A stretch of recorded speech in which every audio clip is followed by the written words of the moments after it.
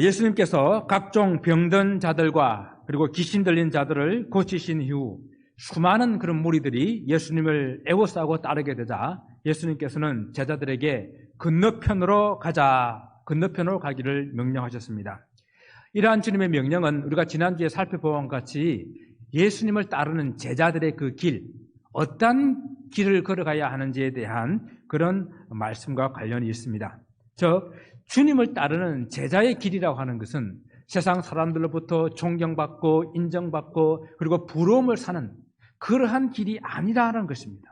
오히려 자기를 철저하게 부인하고 자기 십자가를 지고 주님을 따르는 길, 정말로 인자는 머리 뚫고 것도 없는 그런 주님을 따라가는 정처 없는 그러한 길이라는 것을 잘 보여주는 그러한 명령이라고 할 수가 있겠습니다. 그래서 이 주님의 명령에 따라서 제자들이 배를 타고 갈릴리 호수를 건너가고 있습니다.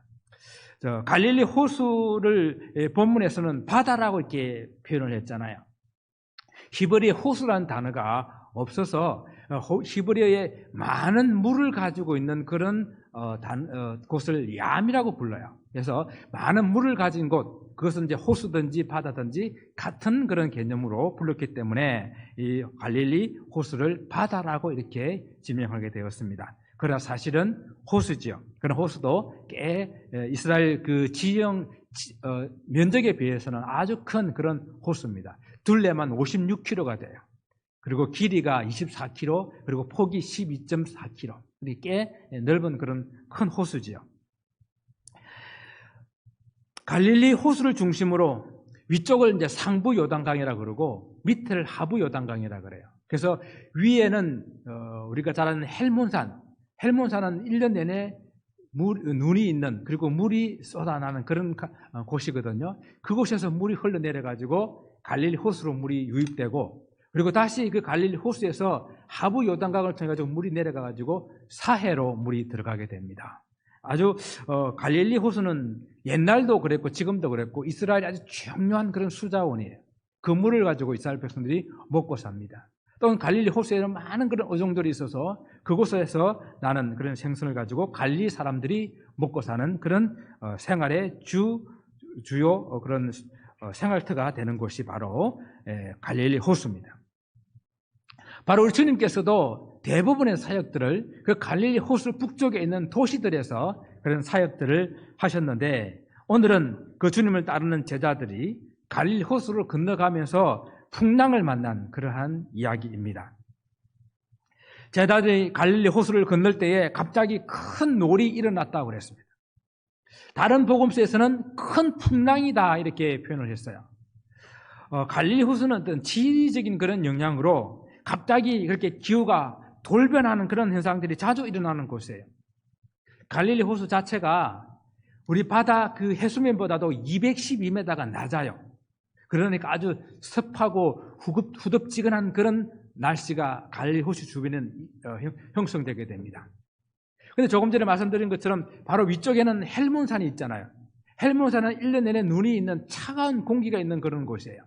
그 중간으로 흐르는 그런 계곡 사이로 차가운 바람이 불어내려오고, 그리고 그 갈릴리 호수 주변에 아주 후덥지근한 그런 기온과 서로 만나게 되게 되면은 갑자기 이렇게 돌풍이 불게 되는데, 주로 기온의 변화는 아침과 저녁에 그런 바람이 불게 됩니다.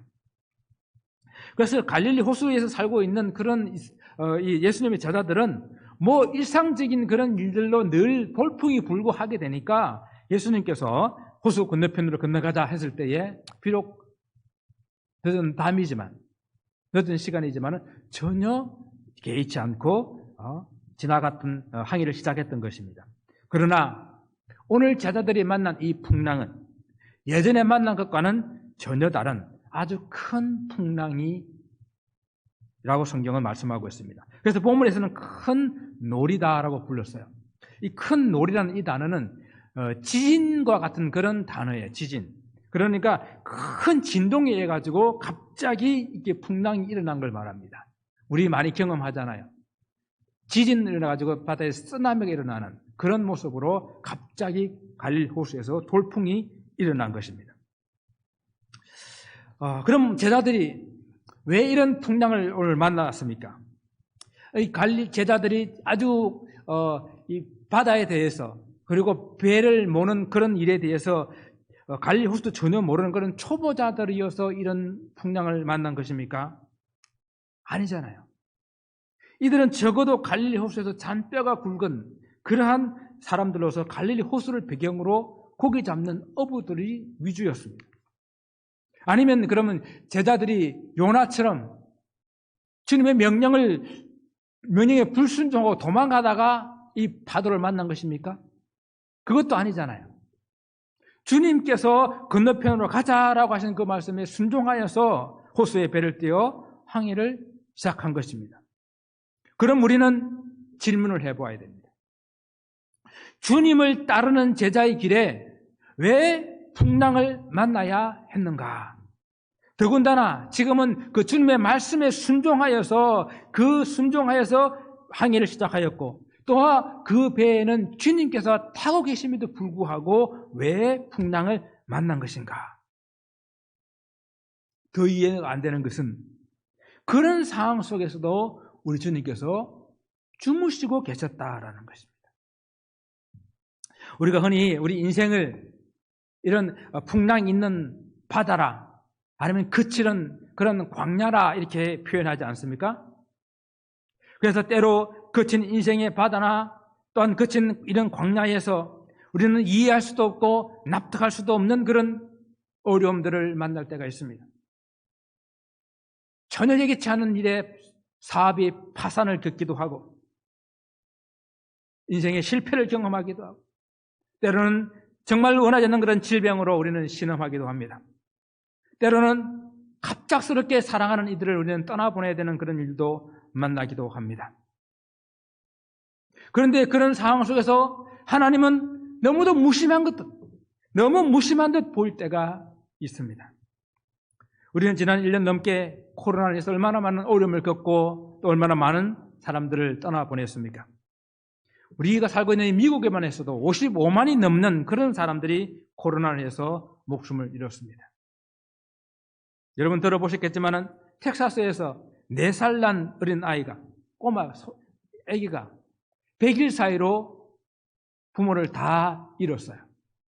그래서 올해 2월 달에 그가 5살 생일을 맞이했는데 부모 없는 생일을 맞이했습니다.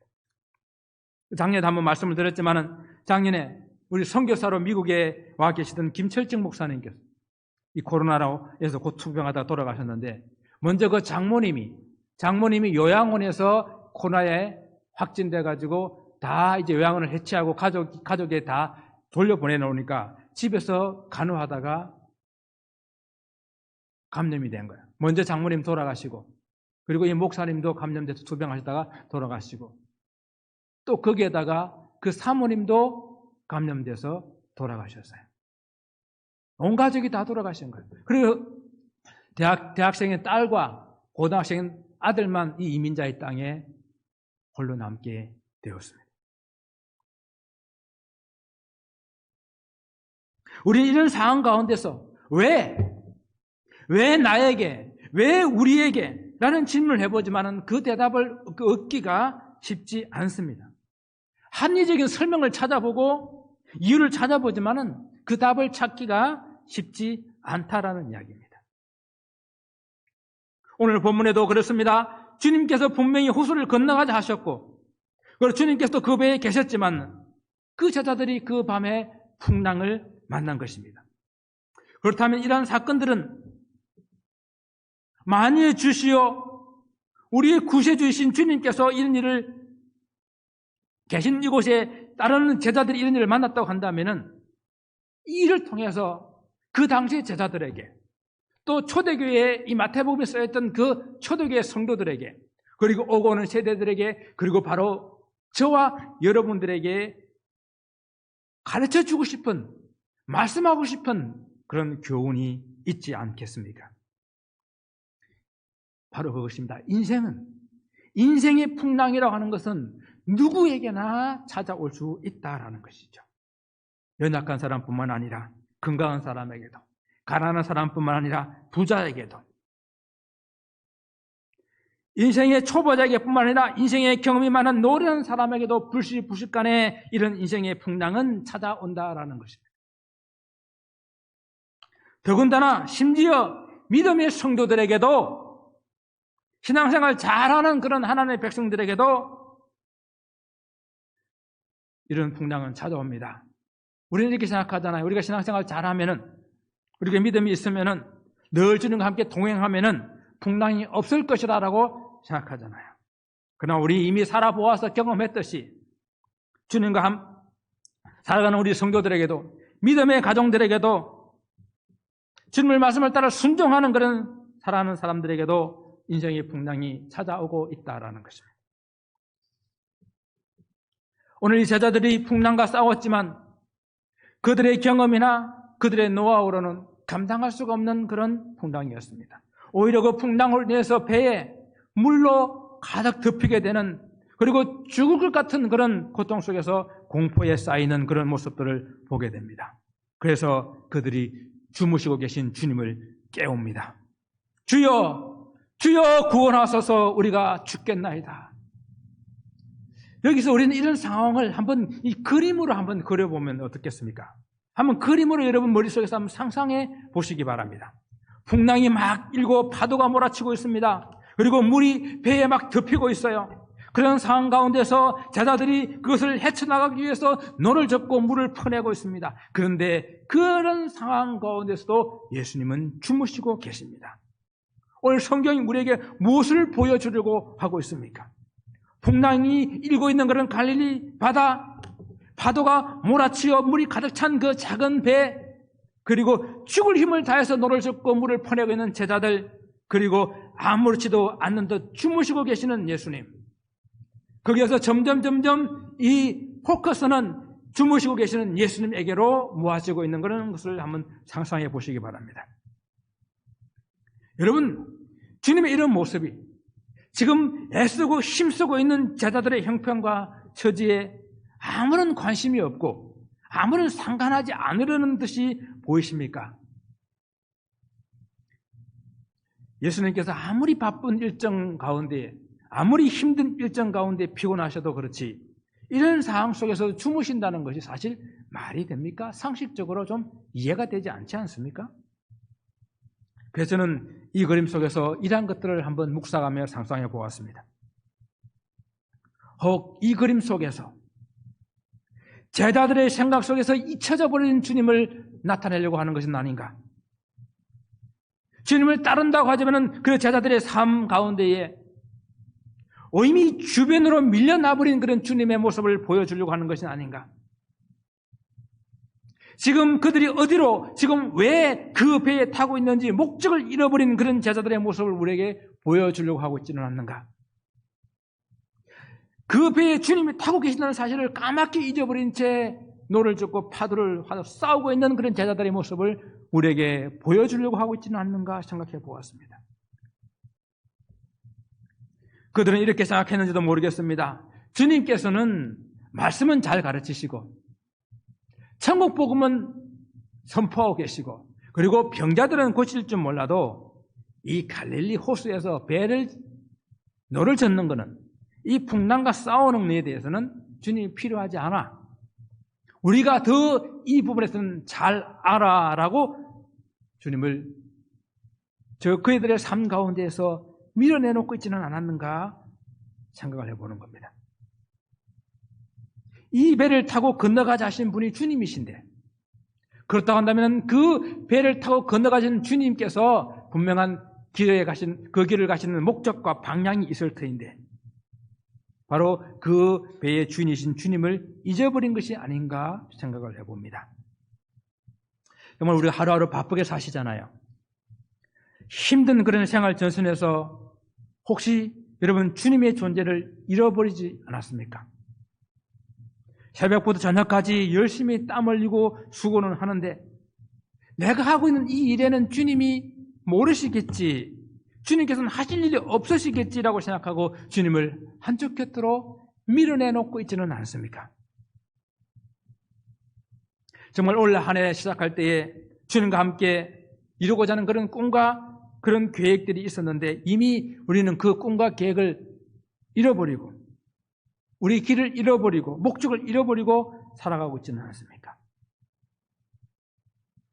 우리 이러한 행동, 우리 이러한 생각, 우리 이러한 삶의 모습과는 상관없이 우리 주님께서는 우리와 함께 우리 가까이에 계십니다.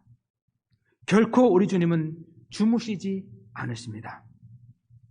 주무시는 것이 아니라 그 상황 가운데서 주님께 나오기를, 그 상황 가운데서 주님을 깨우시기를, 그 상황 가운데서 주님을 부르시기를 기다리고 계신다라는 것입니다.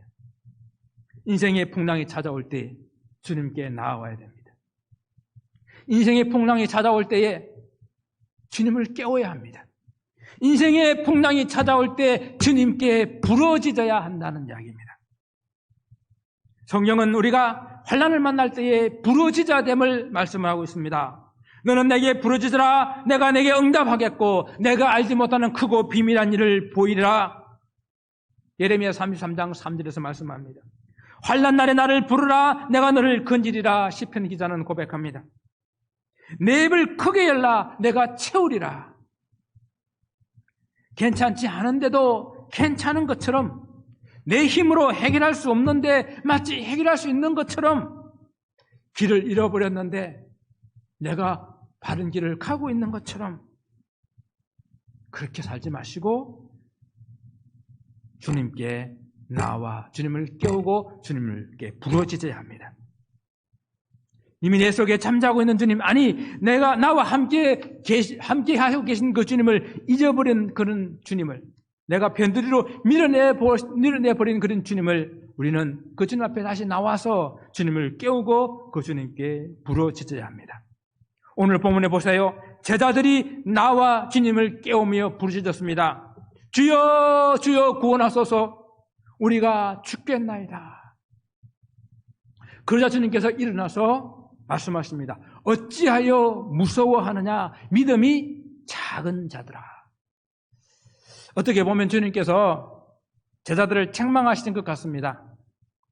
아직도 주님을 믿지 못하고 있는 제자들을 책망하시며 풍랑을 보고 죽겠다고 무서워하고 있는 그런 제자들에게 믿음이 작다고 책망하시는 것 같습니다. 사실 주님께서 얼마나 많은 기적을 보여주셨어요. 얼마나 그런 어떤 기적과 능력을 통해 가지고 주님께서는 바로 내가 하나님께서 보내주신 그 메시아, 구세주, 하나님의 아들임을 말씀하셨습니까? 그래도 여전히 믿지 못하는 제자들, 믿지 못하기 때문에 무서워하고 두려워하는 것입니다. 그래서 성경에서요, 우리 하나님 백성들에게 아주 많이 반복하여 명령하고 계신 것이 있는데 바로 그것이 뭔가 하면 두려워하지 말라라는 명령이에요. 하나님의 사람들은 하나님을 아버지로, 주님을, 예수님을 나의 주님으로 믿고 사는 사람들은 하나님께 주시는 그 명령을 우리는 기억해야 돼요. 두려워하지 말아라. 두려워하는 것은, 무서워하는 것은 믿음이 없다는 것이 단 표시예요. 그러나 우리는 너무나 많은 두려움을 안고 살아가고 있어요. 일을 시작할 때에 이 일에 대한 실패에 대한 두려움, 일을 마친 후에도 내가 이룬 이 성공이 계속 유지해 나갈 수 있을까 하는 그런 두려움, 어떤 일을 하면서도 늘 사람들의 비난과 어떤 그런 공격에 대한 그런 두려움으로 우리는 마음 편하게 어떤 일을 하지 못합니다. 그래서 현대인들의 가장 많은 질병, 거의 다 뭡니까? 정신적, 신경성, 스트레스라는 그런 질병이 모든 것의 원인이 되고 있지 않습니까? 그런데 있지 않습니까? 정신적이라는 것, 신경성이라는 것, 그리고 스트레스라는 것, 이와 같은 것이 단순히 의학적인 현상이라고만 생각하지 마시고 믿음과 관련해서 한번 깊이 생각해 보시기 바랍니다. 여러분, 우리 두려움 끝에는 뭐가 있는 줄 알아요? 두려움을 계속 파고가게 되면 두려움 끝에는 죽음이라는 것이 있어요. 사람의 죽음을 가지고 사람을 협박하고 사람을 무서움과 두려움으로 끌고 가는 사람, 끌고 가는 존재가 누구인지 압니까? 마귀예요. 그래서 우리는 죽음을 이래 사람들을 협박하고 위협하는 그 끝에는 마귀라는 존재가 있다는 사실을 기억하시고 우리의 주님께서는 또 성경은 하나님의 말씀을 통해서 우리는 이 두려움을 이겨내야 된다고 끊임없이 우리에게 말씀해주고 있는 이 말씀에 귀를 기울이시기 바랍니다. 신명기 31장 6절을 보게 되면요, 이렇게 명령하고 있습니다. 너희는 강하고 담대하라. 두려워하지 말라. 그들 앞에서 떨지 말라. 이는 내 하나님 여호와 그가 너와 함께 가시며 결코 너를 떠나지 아니하시리니 하시며 버리지 아니하실 것이라. 이 말씀은 지금 이제 신명기 31장이면 이스라엘 백성들이 가나안 땅에 들어가기 직전이잖아요. 그런데 또 하나의 중요한 변수가 있어요. 지금까지 그들을 인도했던 모세, 그 모세는 그들과 함께 가나안 땅에 들어가지 못하고 그 요단 땅에서 요단강을 건너기 전에 그 비스가 산에서 죽고 지도자 모세가 없는 그런 모습으로 가나안 땅에 들어가게 될 것을 말씀하시며 이 말씀을 하시는 거예요. 그런 이스라엘 백성들에게 주시는 말씀입니다. 또한 이 말씀은 이제 자기의 지도자, 자기의 참 스승, 자기의 참 멘토인 모세가 없어진 이후에 그 목이 곱고 정말 완악한 백성 이스라엘을 데리고 가나안 땅에 들어가야 될 여호수아에게 주시는 말씀이에요. 후임자로 들어왔을 때에 앞에 선임자가 아주 일을 못하고 망쳐버렸으면 문제가 없어요. 조금만 잘하면 그냥 존경받습니다. 우리 목사님, 새로운 목사님 너무도 잘하셔. 그런데 앞에 선임자가 너무너무 잘했으면 와가지고 아무리 잘해도 빛이 안 나요. 지금 모세가 너무너무 훌륭한 그런 지도자이기 때문에 여호수아가 아무리 잘해도 힘든 그런 상황입니다. 그러나 하나님께서는 뭐라고 말씀하십니까? 담대하라. 두려워하지 말아라. 그가 담대하고 두려워하지 말아야 될 이유, 이스라엘 백성들이 지금 담대하고 두려워하지 말아야 될 이유는 딱 한 가지예요. 하나님께서 함께 하시고 하나님께서 그들을 떠나지 아니하시겠다고 약속하시기 때문입니다. 풍랑을 맞는 제자들에게도 두려워하지 말아야 될 이유는 딱 한 가지예요.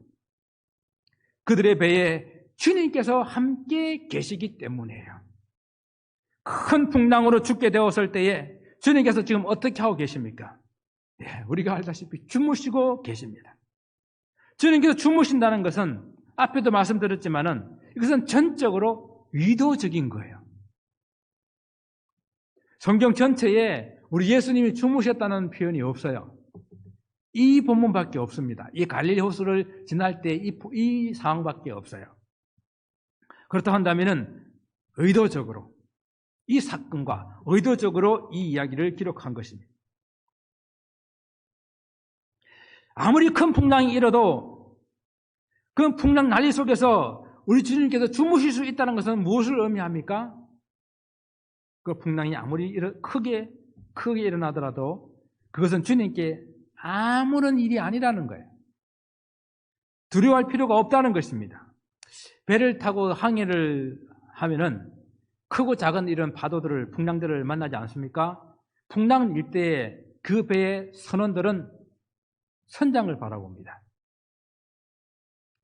풍랑이 이런데 선장이 전혀 두려워하지 않고 편안하게 있으면은 그 풍랑은 아무것도 아닌 거예요. 선장이 능히 컨트롤할 수 있는 풍랑이라는 것입니다. 풍랑 만난 배의 선장이신 주님께서 편안히 주무시고 계시다고 한다면은 전혀 두려워할 필요가 없다라는 이야기예요. 주무시는 주님의 얼굴은 너희는 마음에 근심하지 말라, 하나님을 믿으니 또 나를 믿으라라는 그 말씀을 지금 하고 계신 겁니다. 지금 우리 지구촌에 코로나 팬데믹이라는 큰 풍랑을 우리는 만났습니다. 팬데믹 가운데서도 우리와 함께 계신 주님을 우리는 바라볼 수 있어야 돼요. 그 평온한 주님의 얼굴을 바라볼 수 있어야 됩니다. 코로나19가 전염성이 강하고 또 치사율이 높고 그렇기 때문에 우리가 모두 조심해야 되고 안전수칙을 지키고 건강관리를 위해서 노력해야 됩니다. 그러나 이로 말미암아 두려움에 사로잡혀서는 안 됩니다. 코로나로 인해 가지고 우리가 뒤로 물러서서 주저앉아 있어서는 안 된다는 이야기입니다. 코로나로 인해 가지고 정신적으로 마음적으로 고통에 사로잡고 두려움에 사로잡혀서는 안 된다는 이야기예요.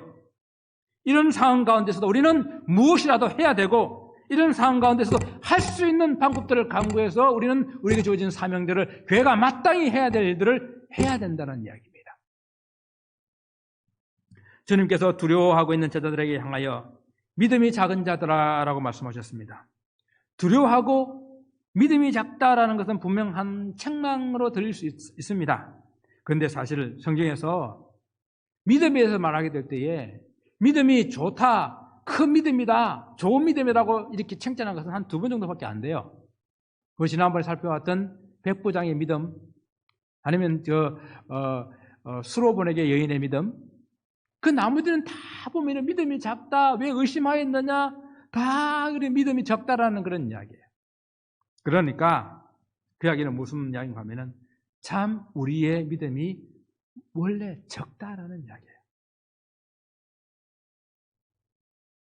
믿음이 적어서 의심하고 두려워하고 머뭇머뭇거리고 실수하는 그런 우리들의 모습이라는 것입니다. 그러나 중요한 것은 무엇인가? 비록 작은 믿음이라도 그 작은 믿음 가지고 풍랑을 만났을 때에 주님께 나와 주님을 깨웠다는 거예요. 오늘 이것을 본문은 우리에게 말씀해 주고 있는 것입니다. 주님께서도 우리의 약함을 아십니다. 우리가 믿음이 강하다, 믿음이 좋다, 믿음이 크다, 이렇게 하는 사람들도 때로는 그들 삶 가운데에 믿음이 연약하여 흔들리고 그럴 때가 많아요. 목사님은 믿음이 좋겠지. 물론 믿음이 좋아요. 그런데 그럼에도 불구하고 두려울 때도 있고 힘들어서 어찌해야 될지 모를 때도 있고. 자, 우리가 성경에 믿음과 능력의 선지자라고 하는 엘리야, 그 엘리야가 갈멜산에다가 바알과 아세라 선지자 850명을 불러 모았어요. 그들을 담대하게 그들과 대항에 이기고 그들을 목을 밟고 발로 쳐 죽이게 됩니다. 그리고 난 이후에 엘리야의 모습은 또 어떻습니까? 이세벨이 그 목숨을 찬다 그러니까 갈멜산에서 이스라엘 제일 남쪽 끝부분인 브엘사바까지 달려가가지고 그것도 광야에 나가지고 로뎀 나무에 머리를 쳐박고 넉넉하오니 죽여주옵소서라고 이야기하고 있어요. 그게 우리들의 모습이거든요.